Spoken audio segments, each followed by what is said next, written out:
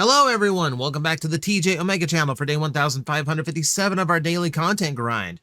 Now, normally when it comes to Skybound stuff, I tend to wait. I want to give the issues time to breathe and everyone a chance to read because they are legitimately really good books and they deserve your attention.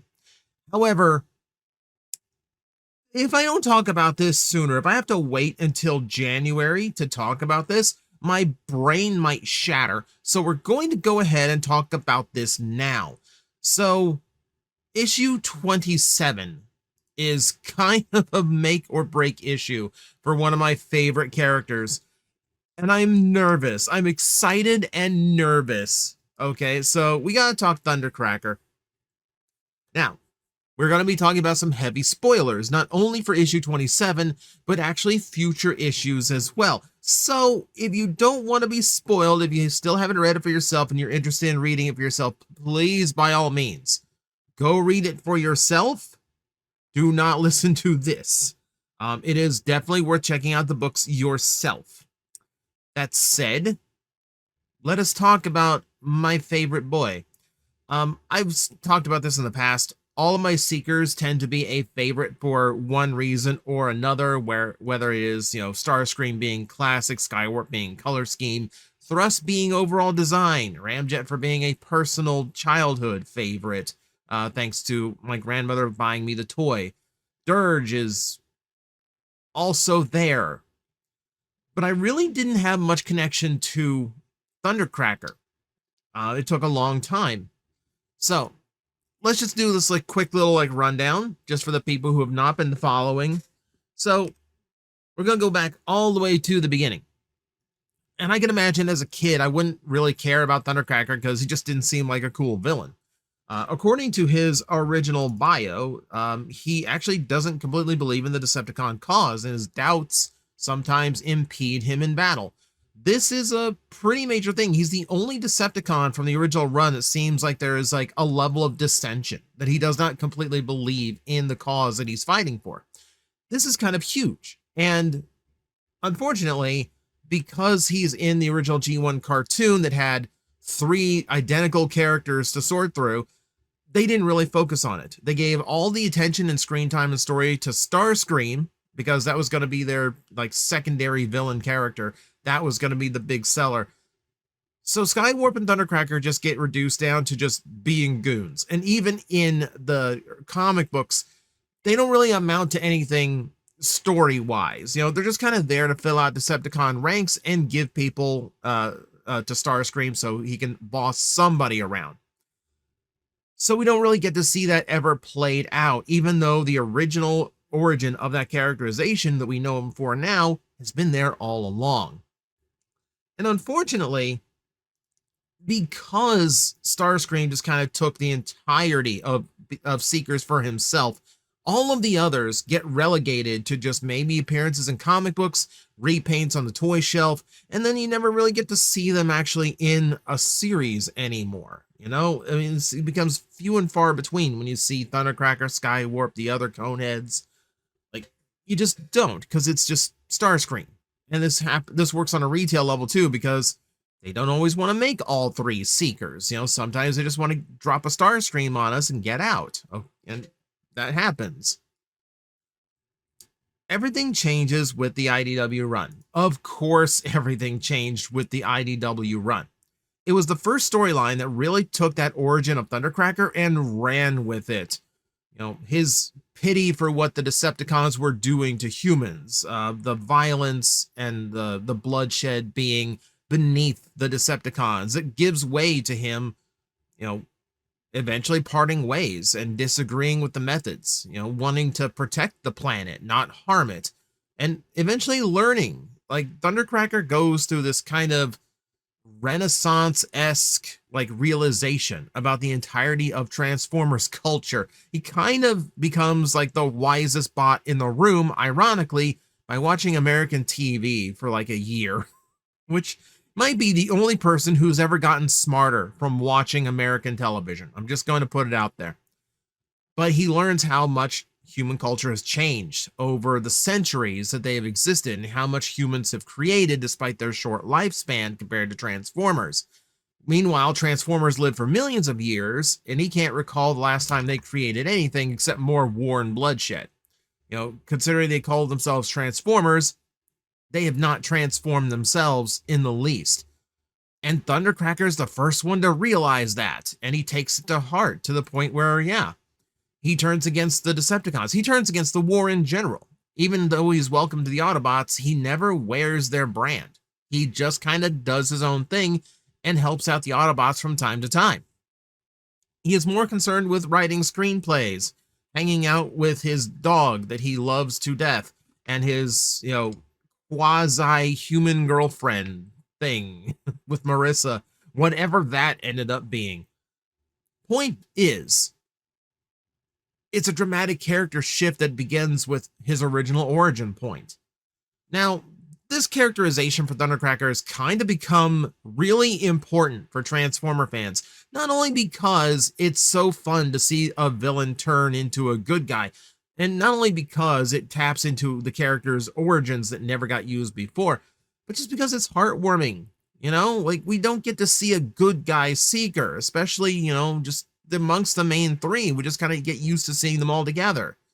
But they have different personalities, and it's good to explore them.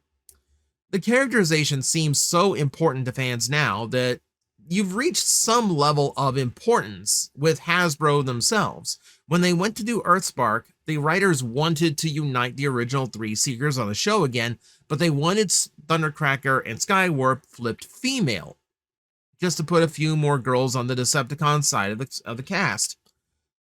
And Hasbro shoots it down. Even though Skywarp had been flipped female for Cyberworld, they did not get to do the same thing with Thundercracker.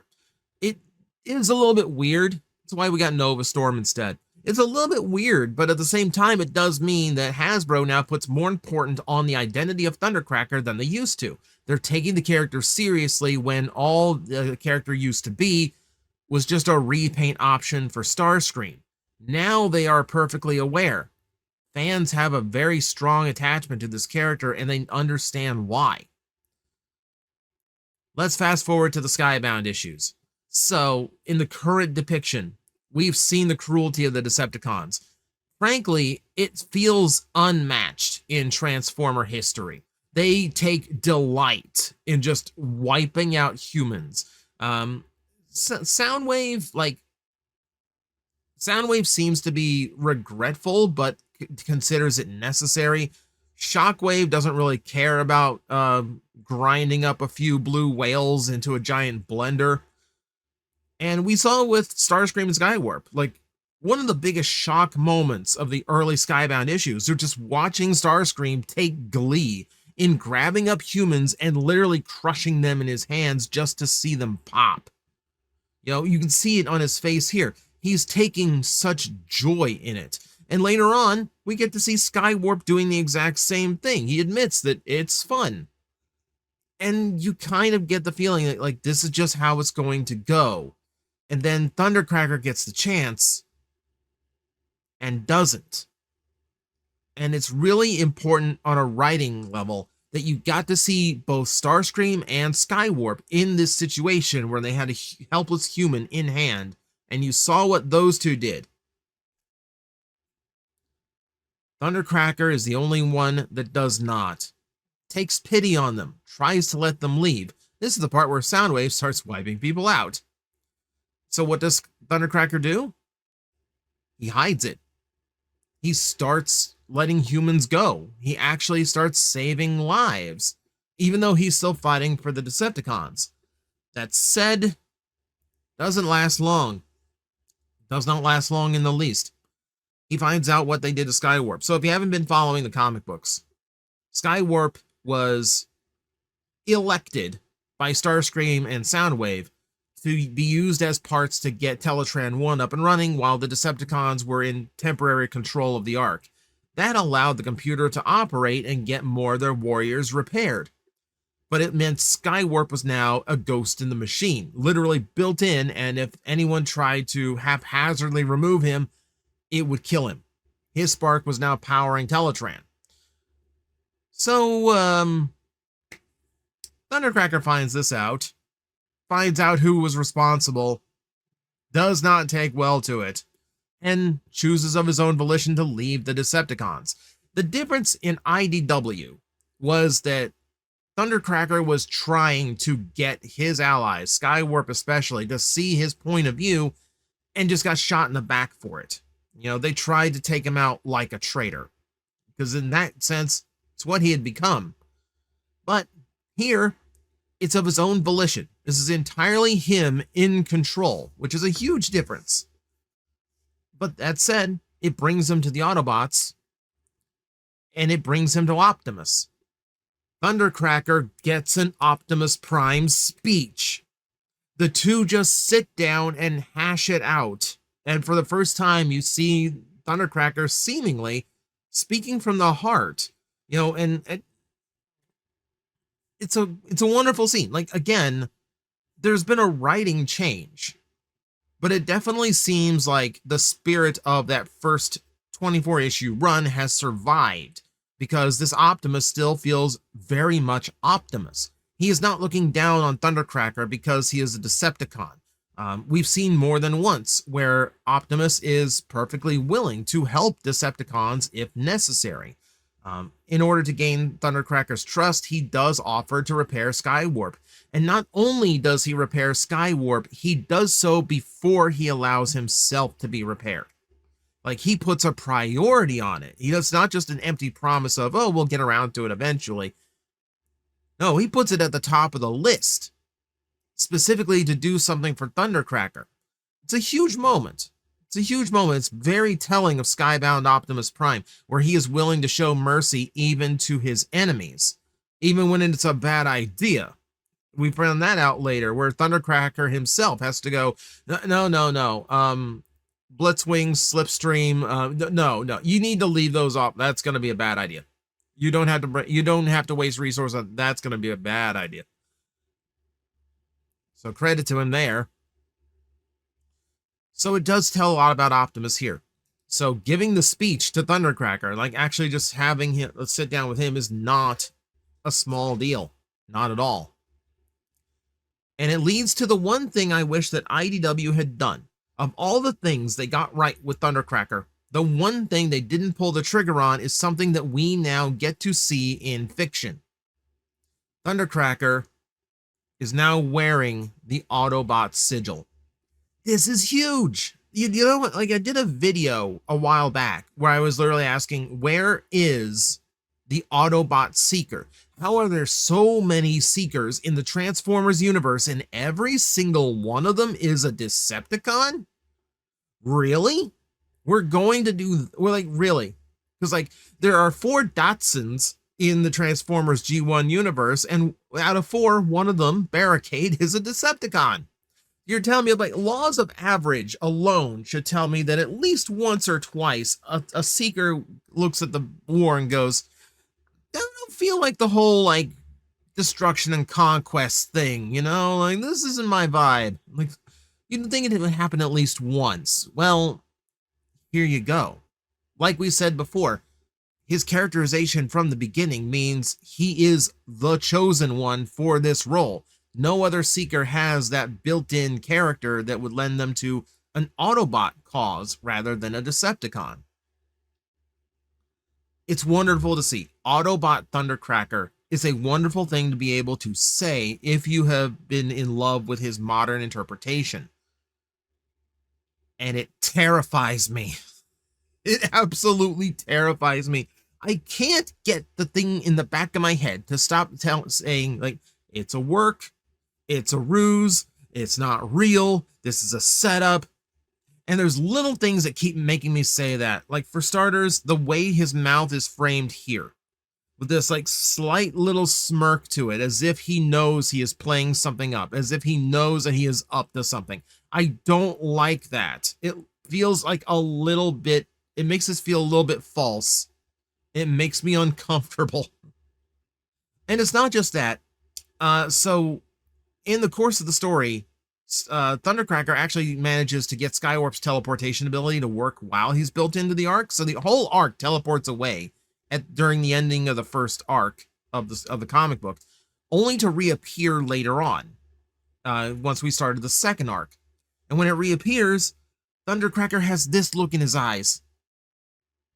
And that look also absolutely terrifies me, because it absolutely looks like he is up to something. Like, while he was teleported away, him and Skywarp could have come up with anything.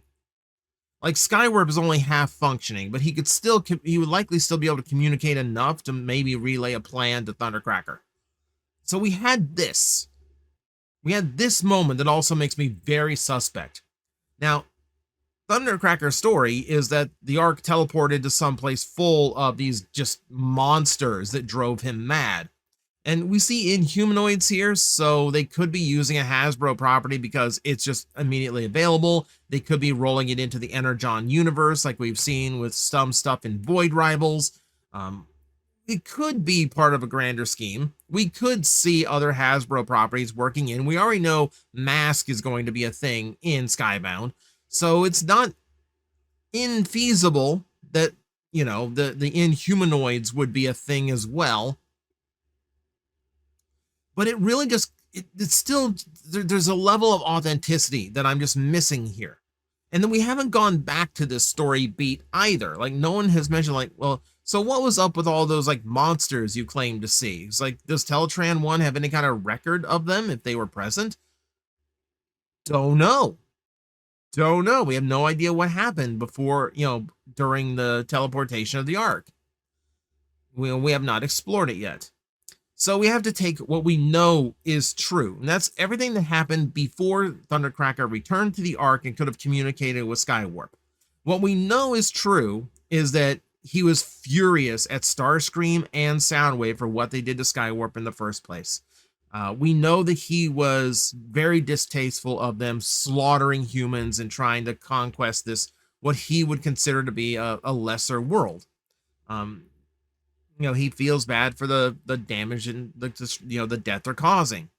And we know that him actively turning on the Decepticons was a thing. He assaulted Starscream. You know, he fled when Soundwave asked for help. All of that is legitimate. There was no plan in place at the time.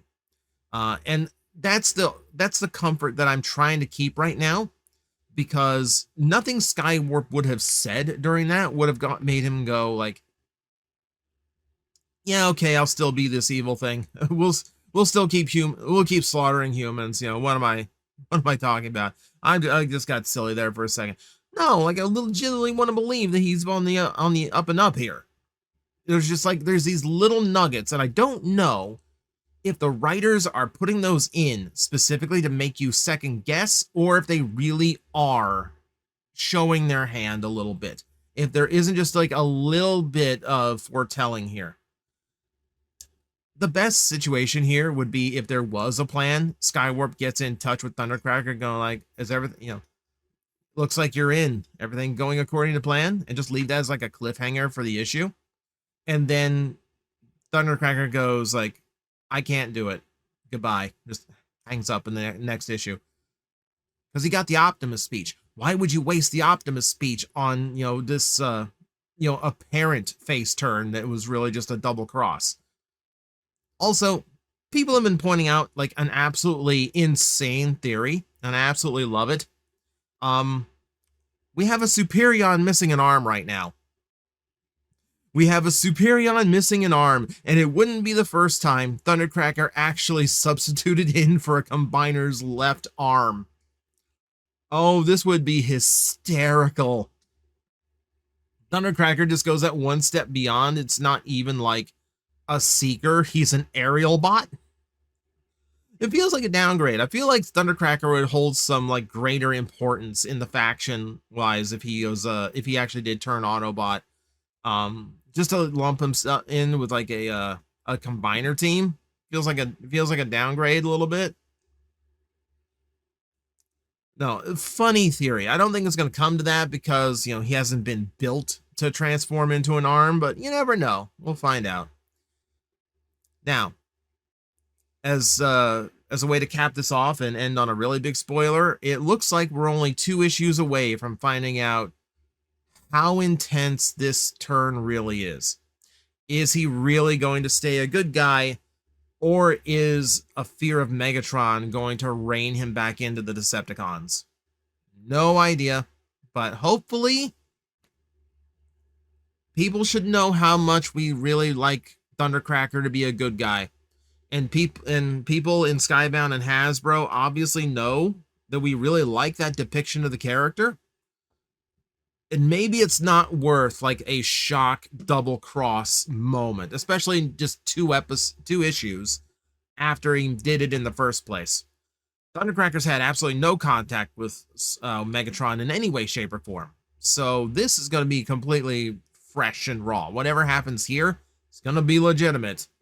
So we might have to wait until February to know for sure. I'm going to be antsy about this the entire time.